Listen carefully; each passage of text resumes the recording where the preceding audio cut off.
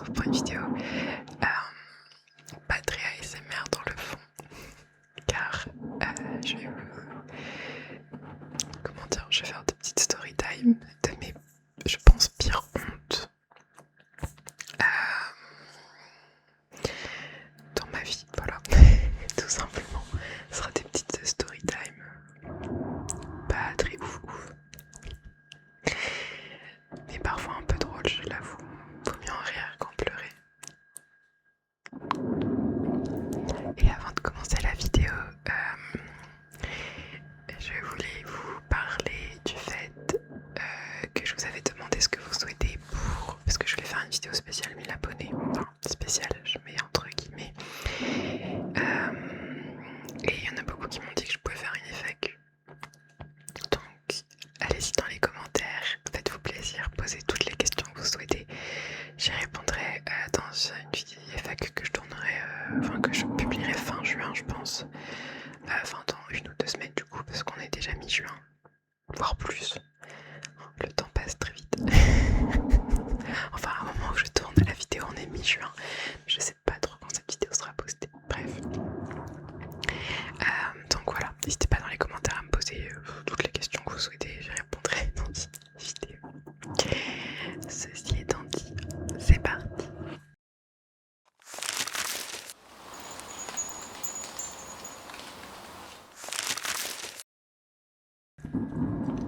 Alors, je vais commencer par, je pense, une de mes pires hontes ever. Faut savoir que je suis totalement le genre de personne qui, en se couchant le soir, va se remémorer tout ce que j'ai pu dire dans la journée. Et un truc qui, sur le coup, m'avait absolument pas paru honteux, va me paraître honteux dans mon lit le soir quand j'y repense. Je pense qu'on est beaucoup comme ça, bref. Mais là, cette fois, j'ai été honteuse pendant, je pense, 1 semaine. Bon alors, sans rentrer dans les détails, parce que sinon, en fait, cette honte est très spécifique, donc je pense que ça peut très vite se reconnaître. En fait, j'ai fait des études, pour ceux qui ne le savent pas, dans le milieu de la communication et de l'audiovisuel. Et pour faire, pour avoir son année, il fallait que je fasse un stage dans le domaine en fait. Donc moi, j'ai trouvé un stage dans une collectivité avec des centaines voire des milliers d'employés. Et donc du coup ils avaient un service pour tout, notamment un gros service com. Je dirais pas dans quelle ville, je dirais pas où dans la France. C'était pas vers chez moi en tout cas. Il s'avère que du coup en fait je faisais un peu de tout, je touchais à tout dans la com, dans le graphisme, dans l'audiovisuel, bref. Et un jour on m'a dit, ce jour-là ça va être sympa, tu vas aller suivre un caméraman, quelqu'un de la team de l'audiovisuel dans un reportage en fait qu'il va faire sur un bateau près de la mer. Oui, évidemment, près de la mer, dans un bateau, n'importe quoi. Donc on y va, c'est très sympa, il fait beau, on est plusieurs, je crois qu'on est 4 dans la voiture du coup qui fait partie de la société où je suis. Ça a une importance pour la suite, vous allez comprendre. Et vraiment je suis honteuse rien que d'en parler. Et à un moment donné du coup on arrive sur le bateau et il commence le reportage et moi je suis stagiaire donc je regarde plus que ce que je ne fais. Et à un moment donné un des caméramans qui était sur place me tend les clés de la voiture et me dit j'ai oublié un objectif. J'ai oublié je sais plus ce que c'était, un outil en fait pour la caméra, un trépied, je sais plus ce que c'était. Il me tend les clés, il me fait vas-y je te donne cette responsabilité, tu vas chercher ça dans la voiture. Sachant que le parking était un petit peu loin du bateau. Et quelque chose que je n'ai pas dit, c'est que le bateau était hacké. Mais vu que le bateau était pas censé, en fait c'est un bateau de pêcheurs je crois, donc il est pas censé avoir des gens dessus. Donc l'accès au bateau est très compliqué et en fait faut se pencher sous une barre tout en allant sur le quai. Je sais pas comment m'expliquer. faut vraiment se baisser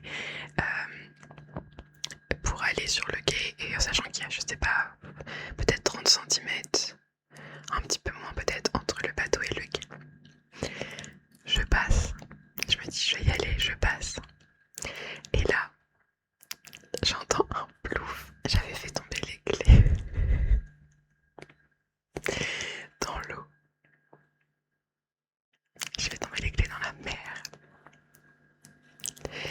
Et là, je suis devenue toute rouge et je me suis dit, oh purée, je suis dans la merde. Voilà, je le dis, je suis dans la merde totale.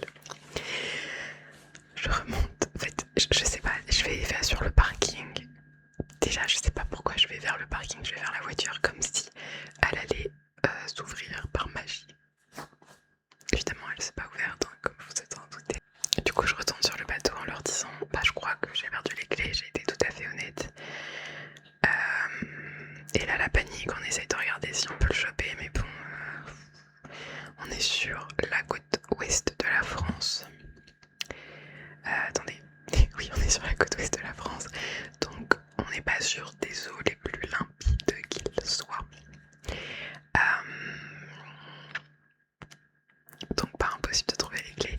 Et parce que du coup, bah, on n'a pas de clé de voiture pour rentrer, sachant qu'on est à 1h30, allez peut-être 1 heure de route du local où on travaille. Et ce que je ne savais pas, c'est que dans le trousse de clés, il y avait les clés de l'appartement du caméraman, les clés de la voiture personnelle du caméraman et les clés de chez ses parents. Je me suis sentie d'une nullité. Je me suis sentie tellement bête, vraiment. Je me suis jamais autant sentie gênée de toute ma vie. Enfin, je veux dire, du coup, bah, on a appelé un dépanneur qui est venu chercher la voiture et il a fallu qu'une voiture de local fasse 1 heure de route pour venir nous chercher. Et vu qu'on était 3 ou 4, je sais plus, il a fallu prendre une grosse voiture quoi. Et bon, dans la voiture, il y en a qui ont rigolé, d'autres non, notamment le caméraman qui ne pouvait pas rentrer chez lui ni avec sa voiture, ni dans son appartement. Donc heureusement, un collègue l'a ramené chez lui et bah, sa copine était là, donc ils ont dû aller faire des doubles des clés dans les prochains jours. Je me suis sentie tellement bête que le lendemain, j'ai ramené plein de croissants et de pain au chocolat à toute l'équipe. Ouais, donc voilà. Rien que d'y penser, je vous jure, je pense qu'il y en a, ils s'en foutraient, mais moi j'étais dans tous mes états, vraiment. Et évidemment, quand j'ai quitté mon stage, on me l'a bien fait remarquer. Je pense que ça a fait tout le tour du local, vraiment. Mais bon, ça m'a pas empêché d'avoir 19 à ma note sur 20 de rapport de stage. Et du coup, j'ai une giga mention grâce à ce rapport de stage. Parce qu'en vrai, j'avais fait des trucs vraiment fous. Et on m'a dit que j'avais vraiment fait le taf d'un employé, mis à part que j'ai perdu des clés. J'avais quel âge? J'avais 19 ans. Ça n'excuse rien, vous allez me dire, mais bon. C'était il y a 6 ans. 7 ans. 7 ans. Donc bon. Et puis en vrai, ça pourrait même m'arriver aujourd'hui. Enfin, je veux dire, l'erreur est humaine et je sais pas, je pense que j'ai voulu mettre les clés en fait dans la poche de mon pantalon en y allant et évidemment j'ai la merveilleuse idée de le faire au-dessus de la mer. Ouais. C'est comme ça.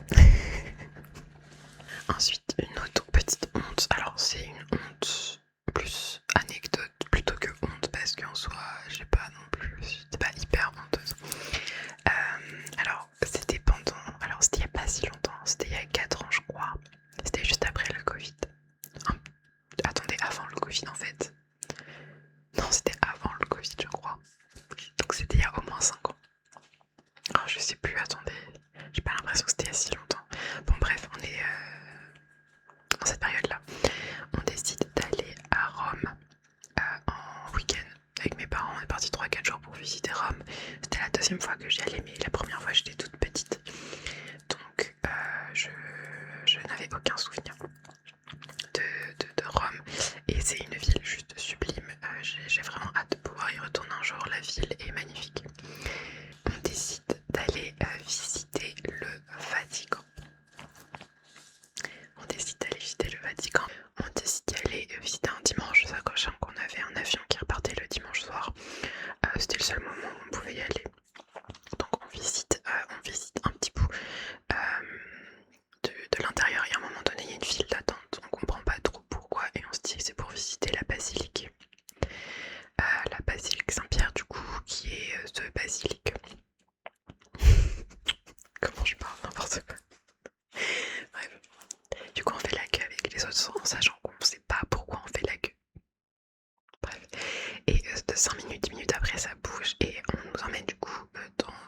basilique, mais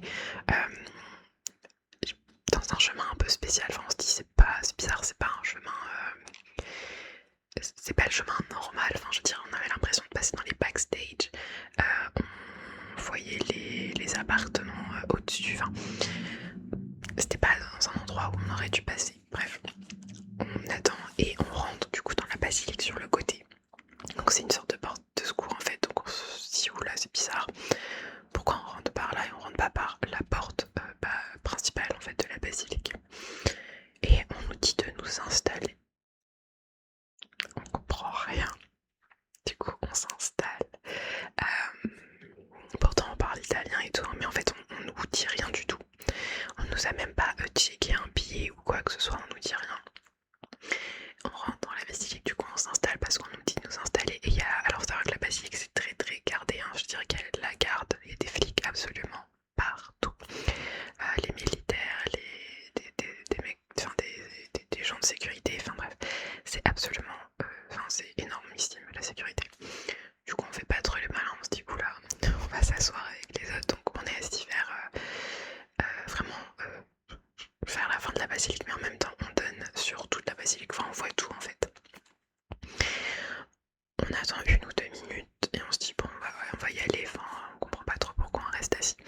Et là, plein de caméras qui arrivent. On comprend pas. Enfin plein de la télé en fait. Et vraiment on se retourne. Et je sais pas, à 30 centimètres de nous, il y a le pape. Et on se dit mais qu'est-ce qui se passe? Alors déjà on est bête parce que on s'est même pas douté que le dimanche passait le jour de la messe et que du coup il y a des messes tous les dimanches. Sauf que là c'était une messe spéciale. Comment dire? C'était une messe un peu spéciale, je crois, pour des personnes dans le besoin. Alors tout le monde peut y avoir accès. En fait ils avaient fait rentrer les personnes qui sont dans le besoin et en fait après je crois qu'ils avaient un dîner, je sais plus trop. Et du coup ils avaient fait rentrer 2-3 personnes en plus dont nous et qu'on ne savait pas pour assister à la messe. Apparemment c'est quelque chose qui se fait assez souvent. Et bon on va jamais au Vatican donc on n'était pas au courant. Et bah du coup on a eu le droit à la messe avec le pape à je sais pas combien de centimètres de nous.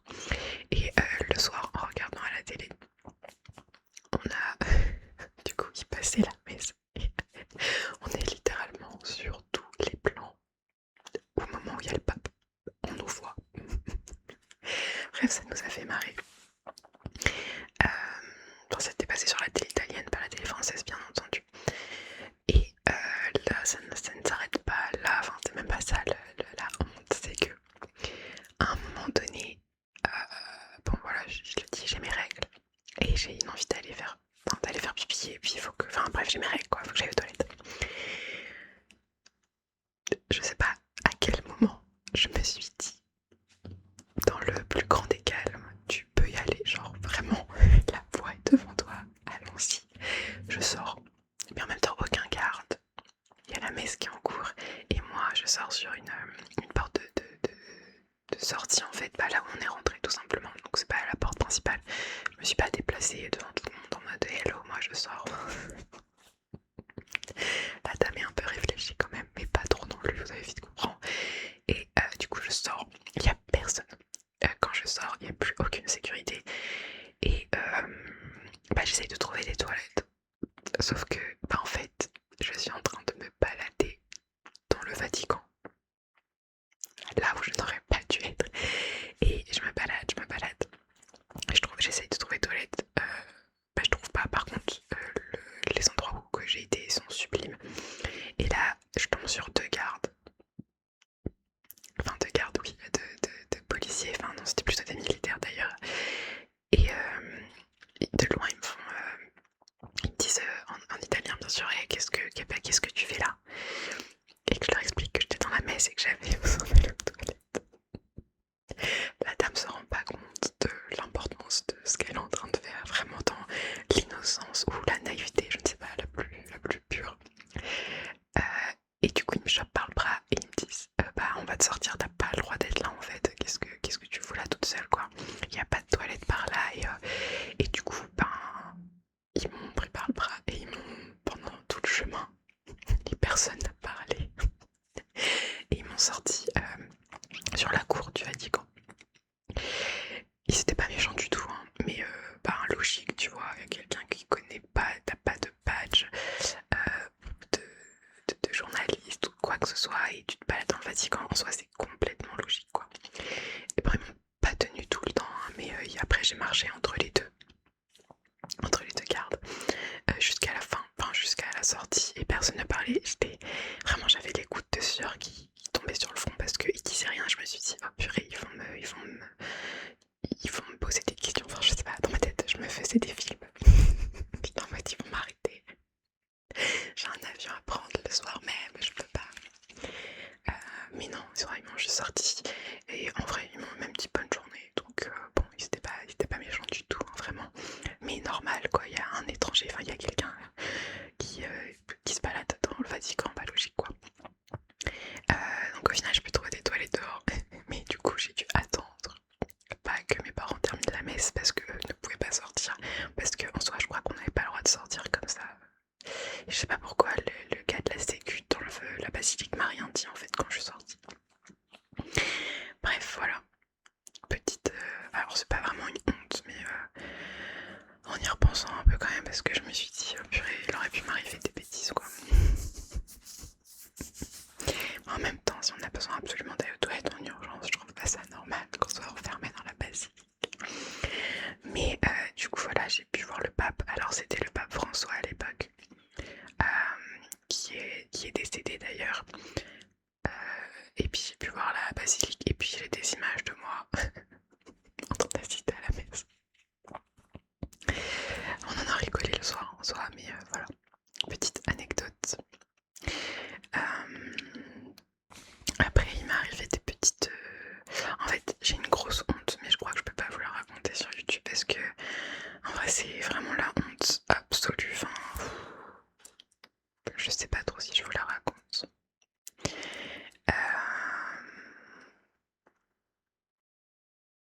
J'ai juste eu une petite honte un jour. Enfin, en vrai, c'est un peu. Oui, c'était quand même la honte. J'aime pas dire le mot gênant parce que ça me. J'aime pas le mot gênant, je sais pas, j'aime pas le dire. Mais là pour le coup, c'était un petit peu gênant. Je vais pas vous mentir. J'étais, je crois, à Amsterdam pour un week-end. C'était il y a très longtemps, j'étais beaucoup plus jeune, hein. C'était il y a peut-être 10 ans. Mais ça n'excuse en rien. Et on se baladait dans Amsterdam, dans les rues, et je regardais un petit peu partout en l'air. Enfin, bref, j'ai été émerveillée bien que j'ai pas trop aimé Amsterdam, mais le coin qu'on visitait était quand même très joli, et du coup, je regardais en l'air et tout. Et à un moment donné, je shoote dans quelque chose qui fait des bruits de pièces. Je regarde et j'avais, sans le faire exprès, shooté dans un pot de pièces d'un SDF. Là, hontissime, vraiment, je me suis sentie tellement bête. J'ai tout ramassé très rapidement, je me suis excusée 1000 fois. Du coup, j'ai donné une pièce parce que je me suis sentie tellement nulle. Vraiment, je regardais pas en l'air, je regardais pas par terre, pardon, je regardais en l'air et il y avait tellement de monde autour que j'ai pas fait gaffe. Et vraiment, quand je vous dis que j'ai shooté dedans, c'est-à-dire j'aurais pu marquer un but, hein. Vraiment, là, elle est partie hyper loin, la coupelle avec toutes les pièces. J'espère, j'ai regardé après, j'ai passé beaucoup de temps à regarder si j'avais pas oublié une pièce ou deux. Je me suis sentie vraiment très très mal pour la personne, pour elle rigoler, enfin, je ne comprenais pas ce qu'elle me disait parce qu'elle parlait en hollandais. Et moi je lui ai dit en anglais que j'étais désolée, que je lui ai donné du coup une pièce et tout. Mais oh la vache, j'étais tellement gênée, c'était horrible comme moment, vraiment, c'était le pire truc à faire, quoi, le pire move à faire. Donc voilà. Vraiment, je sais pas combien de temps, j'ai dû passer au moins 5 à 10 minutes à regarder partout si j'avais bien ramassé toutes les pièces parce que la pauvre personne, si j'ai fait perdre des pièces à cette personne, enfin c'est horrible quoi. Je me suis sentie trop mal, vraiment. Bref, c'était il y a au moins une dizaine d'années, mais ça n'excuse en rien. Alors du coup maintenant quand je marche en centre-ville, je regarde tout le temps par terre, quitte à me prendre des gens de face. Mais je regarde tout le temps par terre.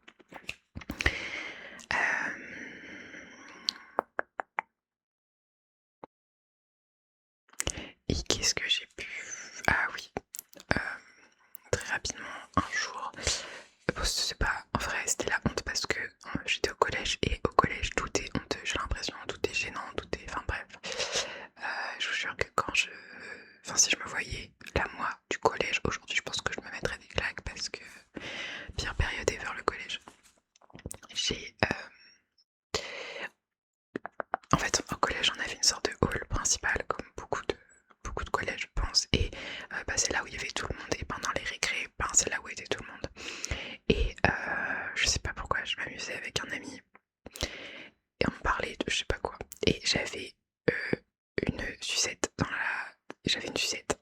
Et on était en train de marcher et mon ami a trouvé ça très marrant. Enfin, c'était l'époque où on essayait de se faire tomber. Enfin, vous voyez des gouttes derrière le genou. Enfin, bref, je pense que vous avez des petites balayettes. Bon, je pense que vous avez tous connu ça. Vraiment, le collège, c'est la pire des années pour moi. Vraiment, le mental, zéro, quoi. Vraiment, aucun QI. Bref, le QI d'une vitre. Et il essaie de me faire tomber, il me fait une balayette. Sauf que moi, je tombe. Mais je tombe, c'est-à-dire que j'ai aucun... comment dire, j'ai aucun instinct de survie. Je tombe et je me laisse tomber à plat ventre. Sauf que j'avais une sucette et ceci est venu au fond de ma gorge. Je m'étouffe, mais vraiment je m'étouffe en mode j'ai besoin d'air quoi, je peux plus respirer. Et tout le monde me regarde. C'est-à-dire que je pense que j'étais dans un collège de 500 à 1000 personnes, je sais pas trop. Mais quand je vous dis que des centaines de personnes me regardent, c'est des centaines de personnes me regardent. Et personne ne bouge le petit doigt bien entendu, sauf mon ami qui essaye de faire quelque chose. Alors du coup, je sais pas, j'ai pris le bâton de la sucette et je l'ai enlevé d'un coup. Limite ça fait un pop, je sais pas. Et du coup ça s'est décoincé de ma gorge, mais après j'ai pu respirer. Et le temps que je prenne, mais vraiment j'étais en train de cracher par terre, limite j'étais à deux doigts de vomir. Et que je me relève et là je vois des centaines de personnes me regarder. Heureusement qu'à l'époque, à mon époque, à moi au collège, on n'avait pas le droit au téléphone dans la cour, du coup bah, personne ne filmait, mais je me dis au jour d'aujourd'hui, ouais au jour d'aujourd'hui, c'est pas très français je sais, je pense que tout le monde aurait filmé la scène et j'aurais sur les réseaux sociaux, enfin bref. Donc voilà, petite honte, mais en même temps ça aurait pu être très dangereux, donc bon, j'en ai pas trop voulu à mon ami parce que en soi c'est moi, vraiment je me suis laissé tomber les mains en l'air quoi, aucun instinct de survie la dame. Enfin bref, voilà, je pense que je vais arrêter là, j'ai d'autres petites hontes dont une est énormissime, mais en fait je pense pas que je puisse la raconter sur YouTube parce que elle est un peu hard. En vrai, dites-moi si vous voulez un épisode 2 de ce genre de concept où je raconte mes hontes. J'en ai encore un petit peu à revendre. Je vous ai pas dit la pire. J'en ai 2-3 encore des assez pépites. Donc bah n'hésitez pas à me dire dans les commentaires si vous voulez un épisode 2. Et surtout n'hésitez pas à me poser des questions pour ma FAQ dans les commentaires. Je serai ravie d'y répondre dans une prochaine vidéo. En tout cas j'espère que